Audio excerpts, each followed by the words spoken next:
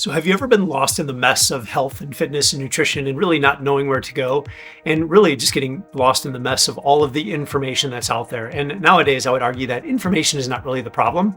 It's the implementation. It's trying to weed through all of the information to figure out what exactly should we be doing to live our most healthful life. And as you know, if you've watched part one and part two, my big life transformation happened when I was diagnosed with cancer. And I went through two bouts of that. And it wasn't until the second bout where I really had to start thinking about this. Like, what do I need to do to create a more healthful version of myself? Besides, of course, getting rid of my cancer. So on that journey, one of the things that I did is I opted out of chemotherapy. I said, I'm not going to do chemotherapy. I have to fix the health of my body first before I start putting things like chemotherapy into my body, because I had this assumption that if I did chemotherapy, I would probably be in a worse place, even if it would have got rid of my cancer, because I was already so unhealthy. I was drinking a lot, eating a lot of bad foods. Mentally, I wasn't in a great place. I was kind of a mess. So that's when my journey started, and I had to figure out, like, what should I do from here? And I didn't really have a good idea of what that would be. I had an exercise science degree from college. I was acting as a personal trainer, but I didn't know a lot about nutrition. I didn't know a lot about even fitness for that matter. Like, most of the stuff that I was dealing with at that time had to do more with weight loss than anything else. But I'm like, I don't really necessarily care about losing weight. I care about being as healthy as I could.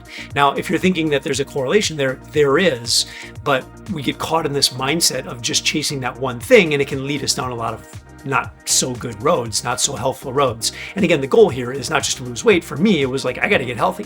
So what I did is I actually hired a bunch of health experts, everybody from naturopaths to nutritionists to energy healers, like you name it. I was willing to do just about anything to get my health back. And I was sort of on a ticking clock, right? Like, we're all on a ticking clock, but I didn't have a lot of time because I had a aggressive growing cancer. And the doctors made it pretty clear to me that if I didn't figure this out and I didn't do the chemotherapy, there's a good chance that I probably wasn't going to make it.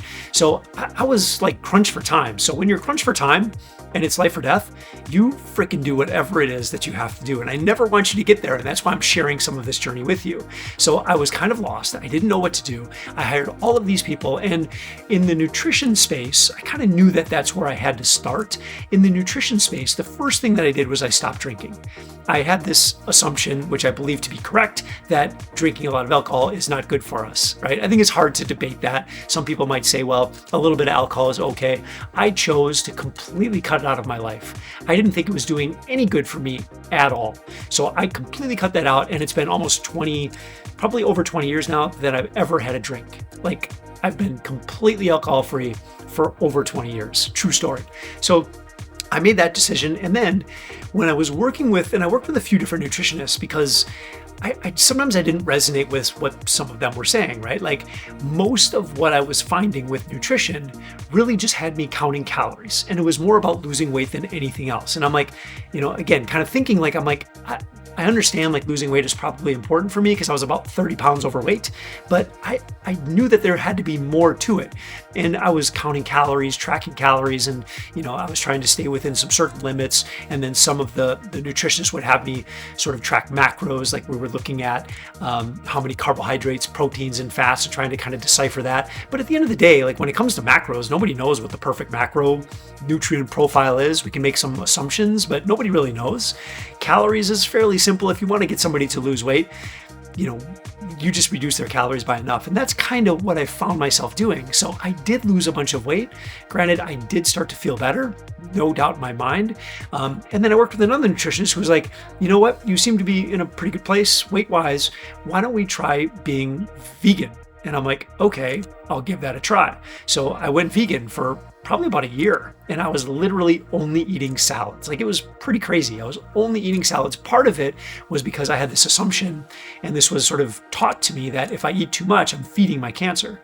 So there was this kind of fear of like, look, I can't eat too much. So I really kind of pared down my calories, cut out all meat, and I was literally eating salads every day. I got the skinniest I've ever been. So just a testament to like, if you don't eat very much, you will get skinnier, no question. But I would argue that I probably wasn't as healthful as I could be because I wasn't very fit. I wasn't very strong. I felt good, but I was also doing some exercise and I was learning how to exercise a little bit differently instead of the gym culture of just purely aesthetics, like lose weight, gain muscle. I was more interested in just being as physically capable as I could. So I was doing a lot of different things, but it wasn't like bis and tris, or bis and back, chest and tris. It wasn't like the old school bro split routine. It was more training my body like an athlete. And that seemed to serve me pretty well, but I was keeping my intensity down pretty low because I didn't want to expend a lot of energy. I didn't want to drain my system, because if you think of your system as like a battery, you've only got so much power in a day. And if you're not eating very much, you don't want to challenge yourself too much physically because your body needs energy to regenerate, right? When people talk about recovery, that's what they're talking about. You have to have enough energy to be able to recover from whatever it is you're doing. And in my case, I was trying to cure myself of cancer, right? My immune system was ramped up. Everything was ramped up because I was in this sort of state of poor health, right? And you don't want to be in that state of poor health. You need energy. So I wasn't working out very aggressively. So the cool thing is I was doing all of these different therapies and all these different things. I was doing sauna stuff. I was doing, there's so many different things. Everything from coffee enemas to you name it, like putting crystals on me. There was so much stuff that I had gone down the road. I can't even list them all here because it's mind blowing. But again, when you're in that state, you do whatever it takes. So I tested and did all these different things. Eventually I got through cancer. I got a call. They're like, you're good.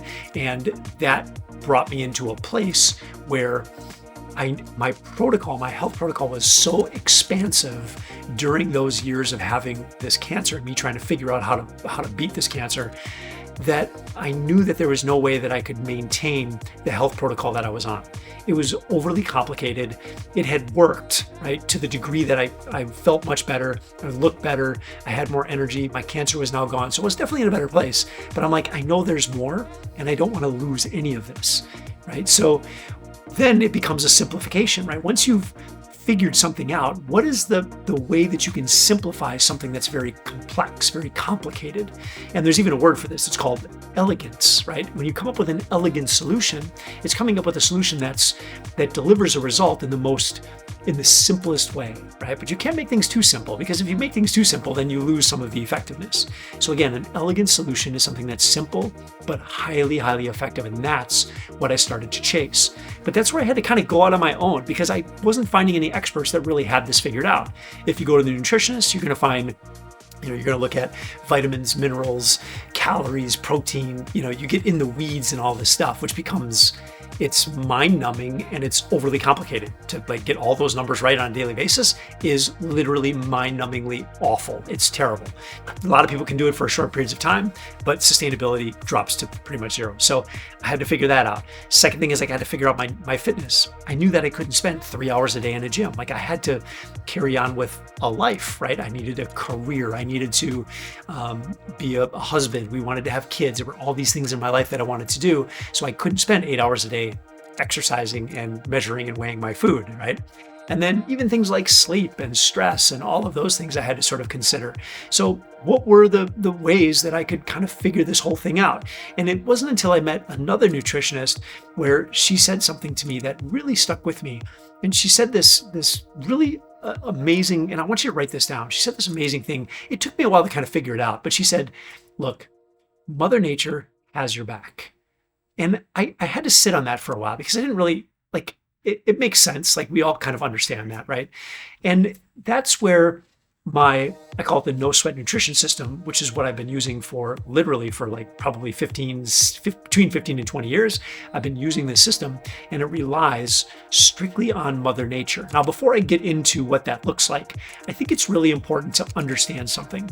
When it comes to nutrition, the only thing that we truly have figured out when it comes to the science, because I know a lot of people, maybe you, really just want to know, what is the science? What are the facts behind nutrition? What should I be doing? The only facts that we really have is that if we want someone to lose weight, we have to reduce their calories, right? We can starve someone to death by not giving them enough food, right? There's no question. If we want somebody to lose weight, we decrease our calories. If we want someone to gain weight, we add calories, like very simple, right? The thing that we don't know is like how much is going to be body fat, how much is going to be muscle tissue, how much is going to be tissue from your organs. Like we don't know that. We don't have a way to sort of discern that. We've got ideas, we've got thoughts, but we don't know for sure. We just know that globally, if we reduce someone's calories, smaller. We increase someone's calories, bigger, right? So that's what we know. And so knowing that, I'm like, okay, well, I don't need to lose any weight. Maybe I need to gain a little bit of weight because I was pretty skinny from being a vegan for quite some time.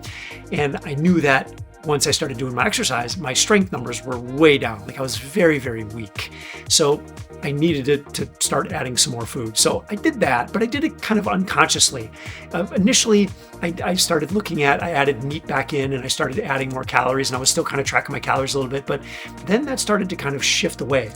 And again, going back to what we really know about nutrition, if that's all we know, then the only thing that we're left with outside of that fact of calories in, calories out comes down to really your beliefs, right? So what that nutritionist was sort of telling me is like, here's the belief that I have, and here's what seems to work for the people that I work with, right? This is her kind of indirectly telling me this, giving me this wisdom that she had, and this statement of, Mother Nature has your back. I'm like, oh, so if I just rely on the foods that Mother Nature provides, then the chance of me being as healthy as I could possibly be is very, very high.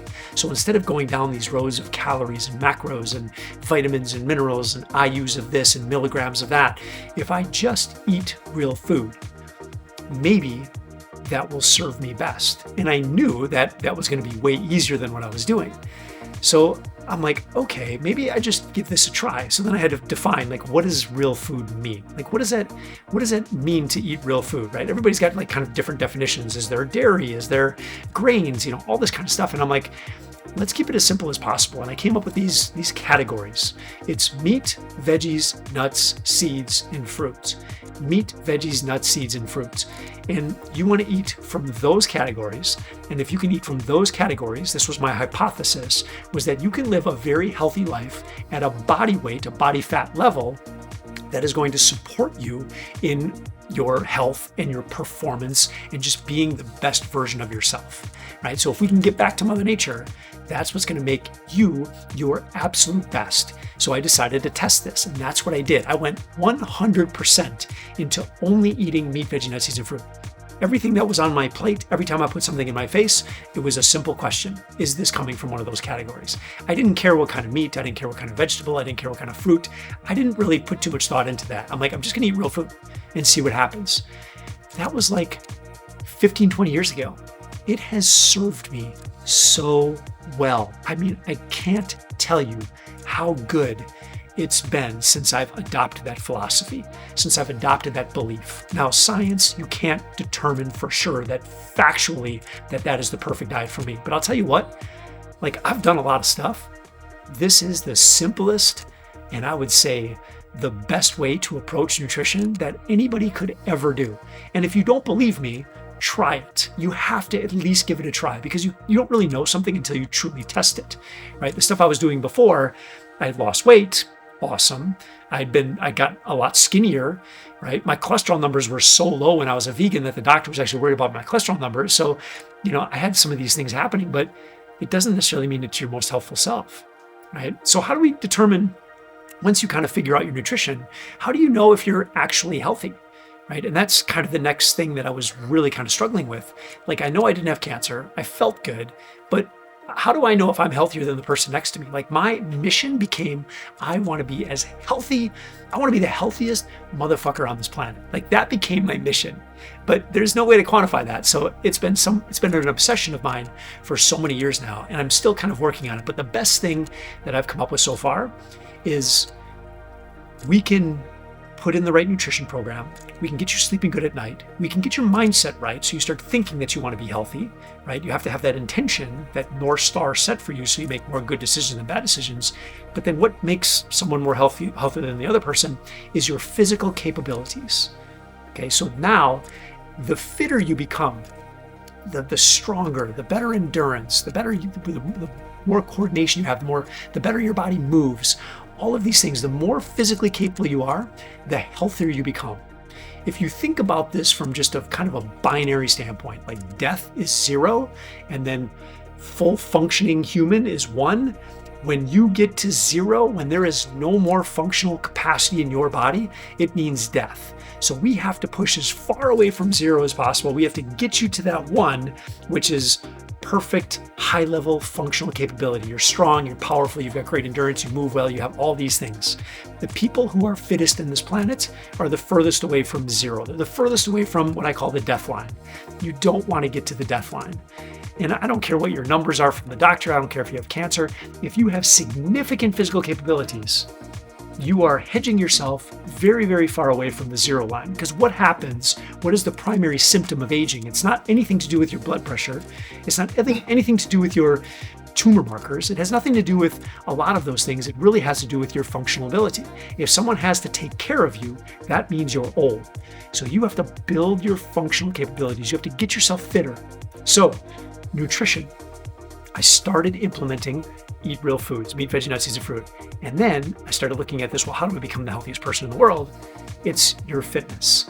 And the things like fitness, the things like nutrition and sleep, those are the things that are going to support your ability to hit your highest levels of human performance. If you start eating poorly, it doesn't necessarily mean you're going to gain weight right away, but your performance is going to drop. So you're going to know immediately that your health is down. If you sleep bad at night, what's going to happen to your performance? Right? These are daily things that you can either add to your health or you can subtract from your health. And the more you practice your fitness, the more you're going to know what you're capable of, and the more you're going to know if you're on the right track or on the wrong track, because your fitness levels are going to adjust based on the level of your health. Right? So hopefully that makes sense. That's what I ended up doing. I started chasing health via the fitness of my body. And that's what I've been working on literally for 20 years. I've been trying to develop the fittest body that I can possibly be at. So in the next video, we'll talk a little bit more about what that looks like and how you can start to approach fitness so that you can be as healthy as possible. And you can hedge yourself away from that, from normal aging. You don't want to be normal. You don't want to age normally, because aging normally is a really sad place to be. If you're going to live to be 120, you don't want to spend the last 20 years in a nursing home.